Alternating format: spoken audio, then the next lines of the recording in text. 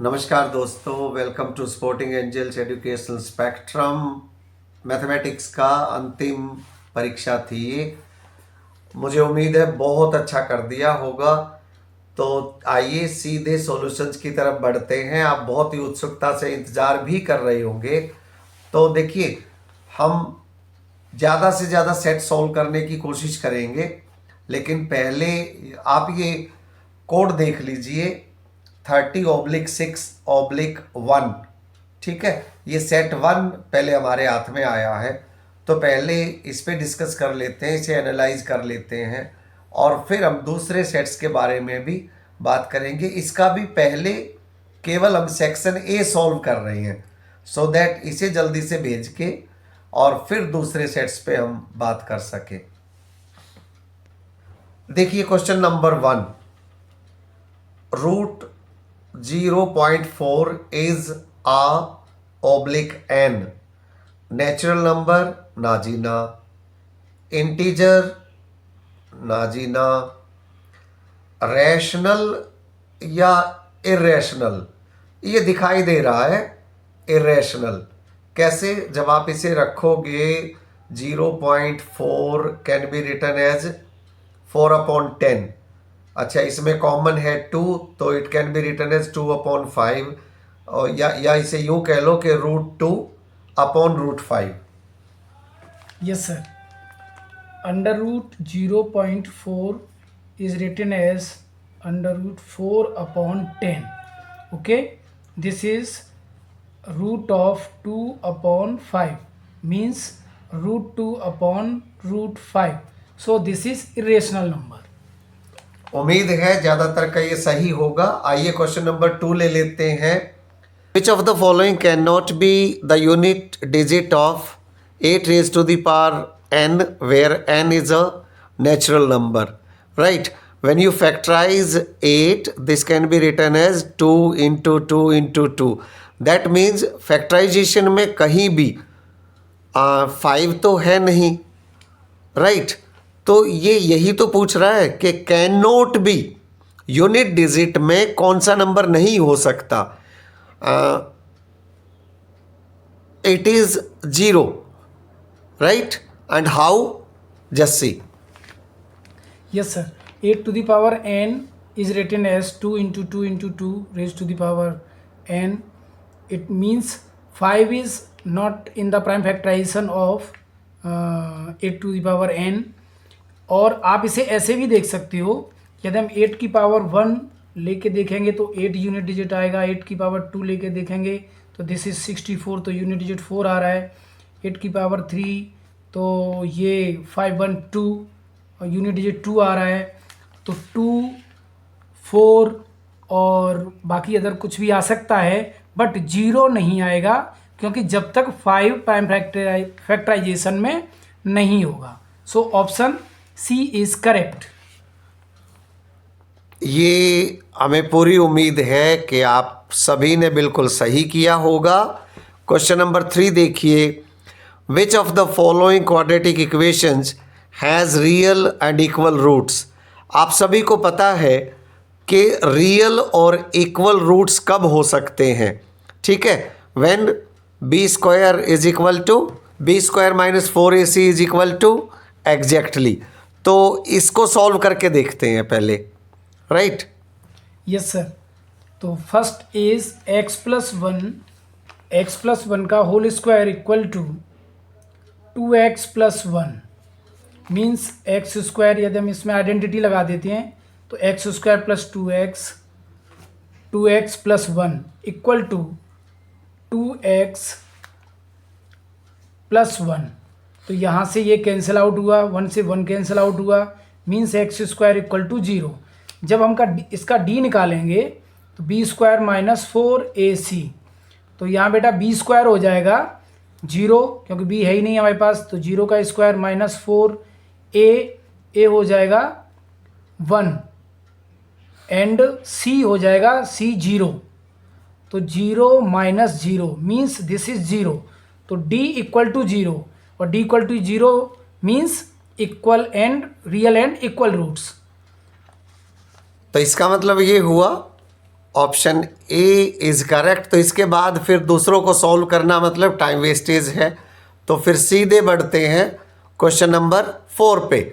If the zeros of the polynomial ax² plus bx plus 2a upon b are reciprocal of each other then the value of b is.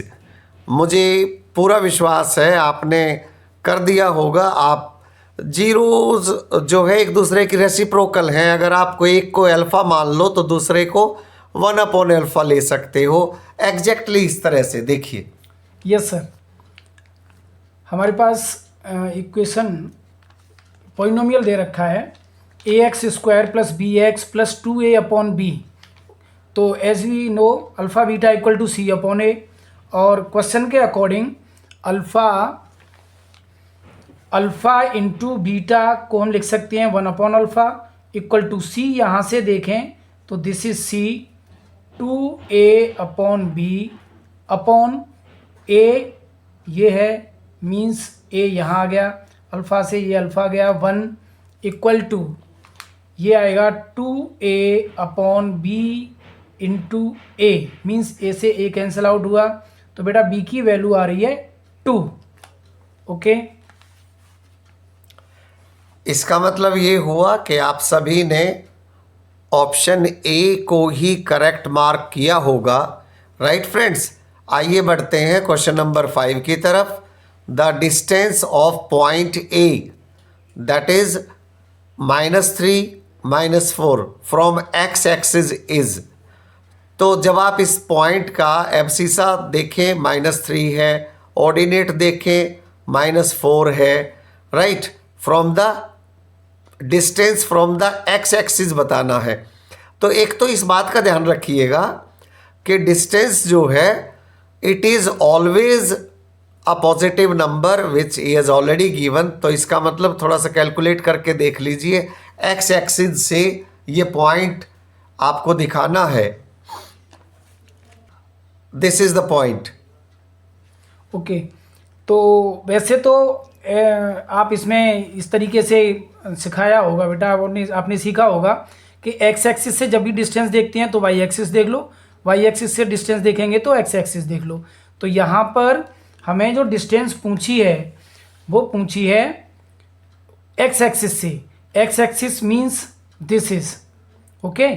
तो इस point की जो distance रहेगी वो ये distance रहेगी, और ये कितनी है 1 2 3 4 मीन्स 4।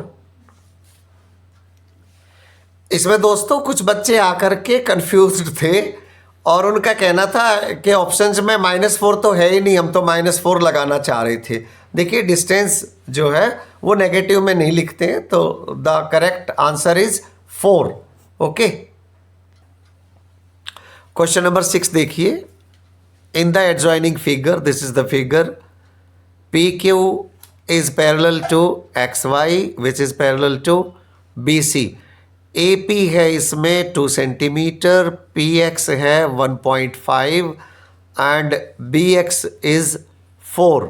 ठीक है, अगर QY 0.75 सेंटीमीटर है तो फिर AQ प्लस CY आप पता कर लीजिए। ठीक है, तो just a small calculation. Yes sir, यहाँ पर AP 2 सेंटीमीटर दे रखा है, PX 1.5 सेंटीमीटर है और BX 4 सेंटीमीटर है, QY 0.75 है। तो यदि हम यहाँ पर PQ XY BC ये तीनों ही पैरेलल हैं, it means AP upon PX, पहले हम इस ट्राइंगल में ले लेते हैं, तो AP upon PX equal to AQ upon QY। यहाँ पर हमने वैल्यू पुट की और AQ को यदि हम कैलकुलेट करेंगे तो इससे ये 2 टाइम्स कैंसिल आउट हो जाएगा, 2 से 2 1 टाइम कैंसिल आउट होगा, मीन्स AQ 1 सेंटीमीटर की निकलेगी। उसके बाद हम पूरे ट्राइंगल ABC में XY को BC के पैरेलल लेके चलेंगे, तो AX upon BX equal to AX upon BX या XB equal to AY upon Y C या सी वाई। तो ए एक्स की वैल्यू हो जाएगी 2 और 1.5 3.5, और बी एक्स हमारे पास है ही 4 सेंटीमीटर। ए वाई 1 प्लस 0.75 1.75, और सी वाई हमें कैलकुलेट करनी है। यहाँ पर सी वाई कैलकुलेट करेंगे तो ये 2 आएगी। हमसे पूछा गया है ए क्यू प्लस सी वाई, जो कि 1 + 2 3 सेंटीमीटर आएगी। ओके स्टूडेंट, तो ये सभी का आपका करेक्ट हो गया होगा, ऐसी हमारी उम्मीद है आपसे। Question number 7, given triangle ABC is similar to triangle PQR, angle A is 30, Q is 90, the value of R plus B. See, you will have to be careful. This is ABC and here we have got PQR. तो फिर A is 30, इसका मतलब P is also 30, B and Q should be equal. That means Q is 90, then B is also 90, and then C you can calculate, and similarly you can calculate R plus B, right? और ये calculation है आपके लिए। Yes sir. Triangle A B C similar P Q R, A 30 given है, A 30 given है, Q 90 given है। Q 90 means A 30 तो P 30, Q 90 तो बी 90, और 180 में से यदि हम 90 + 30 120 सब्ट्रैक्ट करेंगे, it means C 60 degree, C 60 degree then R 60 degree. अब हमसे पूछा है R plus B, R plus B, तो ये हो जाएगा 60 + 90 मीन्स 150 डिग्री। तो 150 का मतलब ऑप्शन सी, ठीक है। मुझे पता है ज़्यादातर ने सही किया होगा। अब ये देखिए question number 8, 2 coins are tossed simultaneously, the probability of getting at least one head। देखिए 2 कॉइन्स हैं, इसलिए जब आप कैलकुलेट करेंगे तो it will be at least 1 head, तो it will be 3/4, and this is how. 2 coins tossed करेंगे तब टोटल इवेंट्स कुछ इस तरीके से बनेंगे बेटा, H H H T T H T T. तो यहाँ पर हम देखेंगे एट लीस्ट कम से कम एक हेड होना चाहिए, तो इसमें भी एक हेड है, इसमें 2 हैं। तो जब एटलीस्ट पूछा जाता है तो उससे ऊपर वाले भी लेते हैं। तो यहाँ टोटल फेवरेबल आउटकम हुए 3 एंड टोटल आउटकम से 4, तो answer is 3/4। This is the correct one. Question number 9 देखिए, ये जो फिगर है PA and PB are tangents, PA and PB are tangents to a circle with center O such that angle P is equal to 90 and AB is 3√2. This is AB, right? And this is 3√2.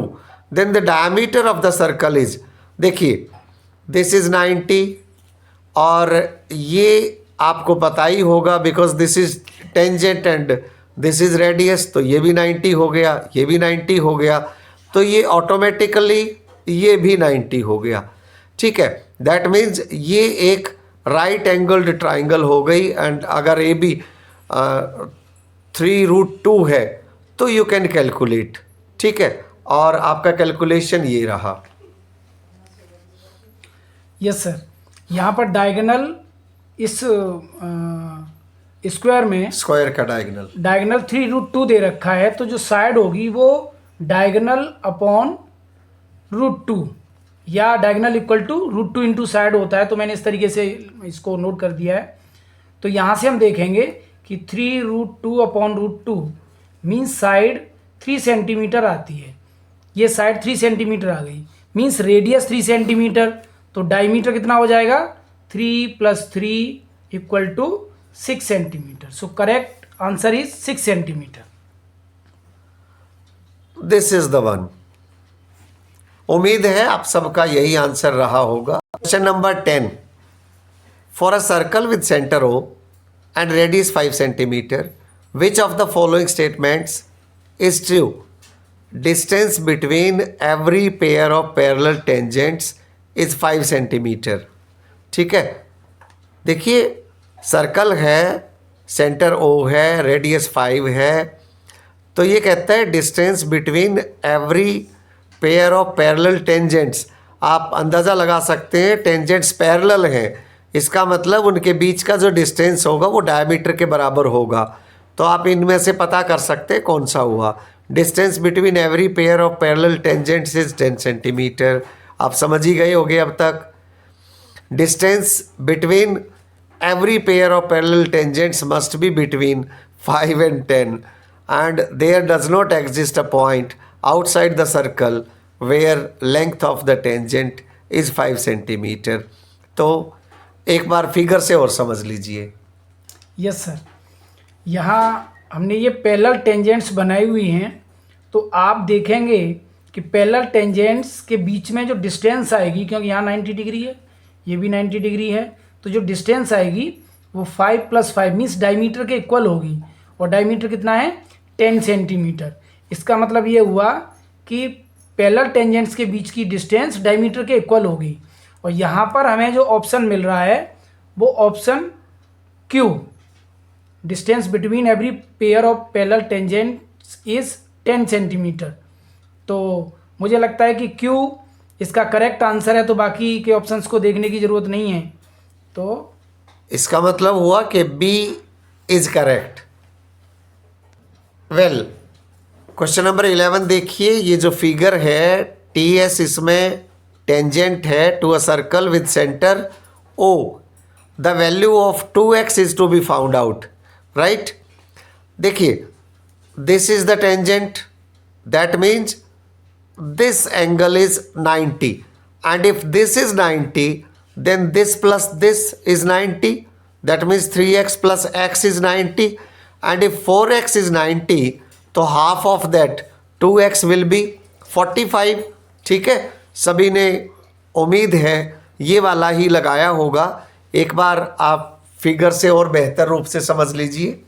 Yes sir, this angle is 90 degree, तो 3x + x = 90 degree, 4x = 90 हो जाएगा। x की जो value आएगी वो 22.5 आएगी। It means 2x की जो वैल्यू आएगी वो exactly 45 degree. Question number 12, if x is equal to 2 tan 30 upon 1 + tan square 30 is equal to y into 2 tan 30 upon 1 minus tan square 30, then x ratio y is equal to। तो देखिए this will cancel this, और जब आप इसे x upon y लिखेंगे इसे इधर ले जाके, तो दिस विल गो हियर, तो it will B 1 upon tan square 30 upon 1 minus tan square 30, और इसे सॉल्व करने पर you will have 2:1, that is option C. इसे और अच्छे से समझ लीजिए आप एक बार। यस सर, इस तरीके से 2 tan 30 LHS RHS में कैंसिल आउट हो गया। उसके बाद y को हम इधर लाएंगे, x + tan square 30 को उधर ले जाएंगे, तो कुछ इस तरीके से जाएगा। यहाँ पर वैल्यू जब पुट करेंगे और सॉल्व करेंगे तो ये ऊपर वाली वैल्यू आएगी 4/3 और नीचे वाली जो वैल्यू आएगी वो 2/3। 3 से 3 यहाँ कैंसिल आउट हुआ, तो 4/2, दैट मीन्स 2:1। क्वेश्चन नंबर 13 देखिए, a peacock is sitting on the top of a tree of height 10 metre. तो ट्री की हाइट हो गई 10 metre, the peacock is sitting right on the top. Snake जो है it is moving on the ground.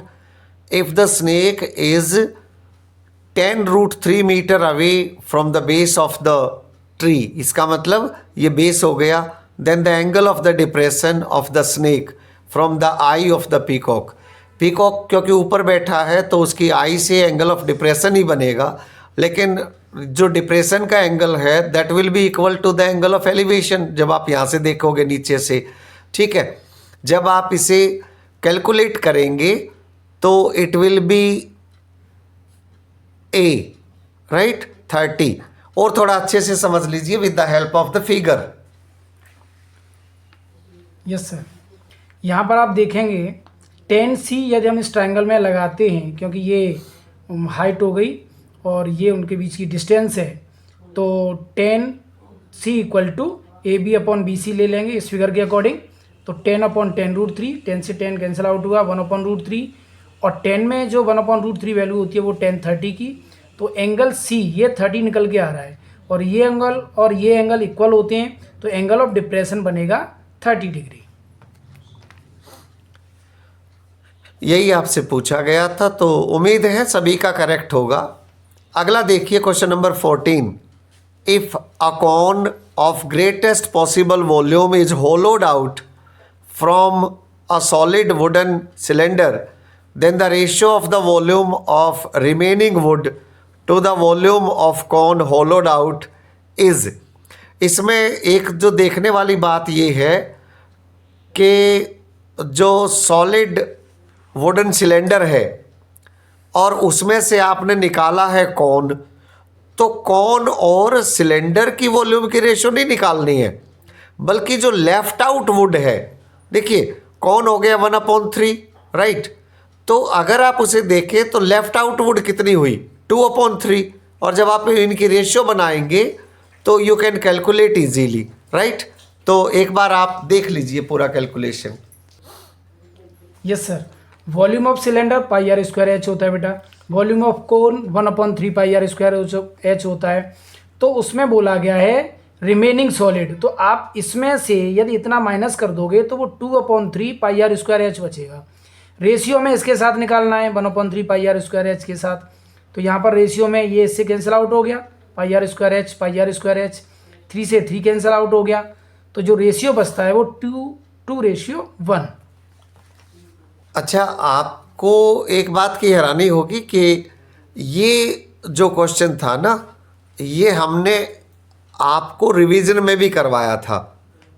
तो क्योंकि एक ही दिन पहले के रिवीजन में हुआ है, तो मुझे उम्मीद है ये आपने, यानी कि ऑफलाइन क्लास वाले बच्चों को ये याद होगा, उन्होंने ज़रूर कर लिया होगा। क्वेश्चन नंबर 15 देखिए। If the mode of some observation is 10 and sum of mean and median is 25, then the mean and median respectively are। इसमें कोई ख़ास बात नहीं है, बस केवल फार्मूला याद होना चाहिए। अगर आप फार्मूला याद है तो कैलकुलेट करके अपने आप निकाल सकते हैं, या फिर अगर आप वैल्यूज़ भी पुट करके देखते हैं ना, तो देखिए ये 13 2 जा 26 और 12 3 जा 36, और फिर जब 36 में से 26 माइनस करोगे तो 10, तो वैल्यूज़ भी रखोगे तो अपने आप भी आ जाएगा। यस सर, बेटा आपको पता ही है 3 median minus 2 mean equal to mode. तो यहाँ पर जो ऑप्शन हमने लिए हैं, क्योंकि आप कैलकुलेट करोगे तो हो सकता है आपने कैलकुलेशन से किया हो, बट मुझे ऐसा लगता है कि यदि आप ऑप्शन से करते तो आपको जल्दी इसका आंसर मिल जाता। तो 3 मीडियन माइनस 2 मीन, तो यहाँ पर जब हमने वैल्यू पुट की हैं तो ये आया 36 और ये आया 26, जो कि मोड होता ही है। तो ये हमारा निकल के आ रहा है 10, और ऑलरेडी मोड 10 आपको दे रखा है, तो option 13 and 12 is correct. Number 16 देखिए। The maximum number of students has obtained 52 marks out of 80, then A option दे रहा है 52 is the mean of the data, B option दे रहा है 52 is the median, and C option दिया है 52 is the mode of the data। तो इसमें मुझे लगता है कोई सॉल्यूशन की ज़रूरत है नहीं, 52 is the mode of the data, right friends। Question number 17 देखिए। The system of equations 2x + 1 = 0 and 3y -5 is equal to 0 has. देखिए, अगर आप इसमें ये सोच रहे हो कि y नहीं है तो you can put it 2x plus 0y plus 1 is equal to 0, और इसे आप लिख सकते हो 0x plus 3y minus 5 is equal to 0। और फिर जब आप इसे सॉल्व करके देखेंगे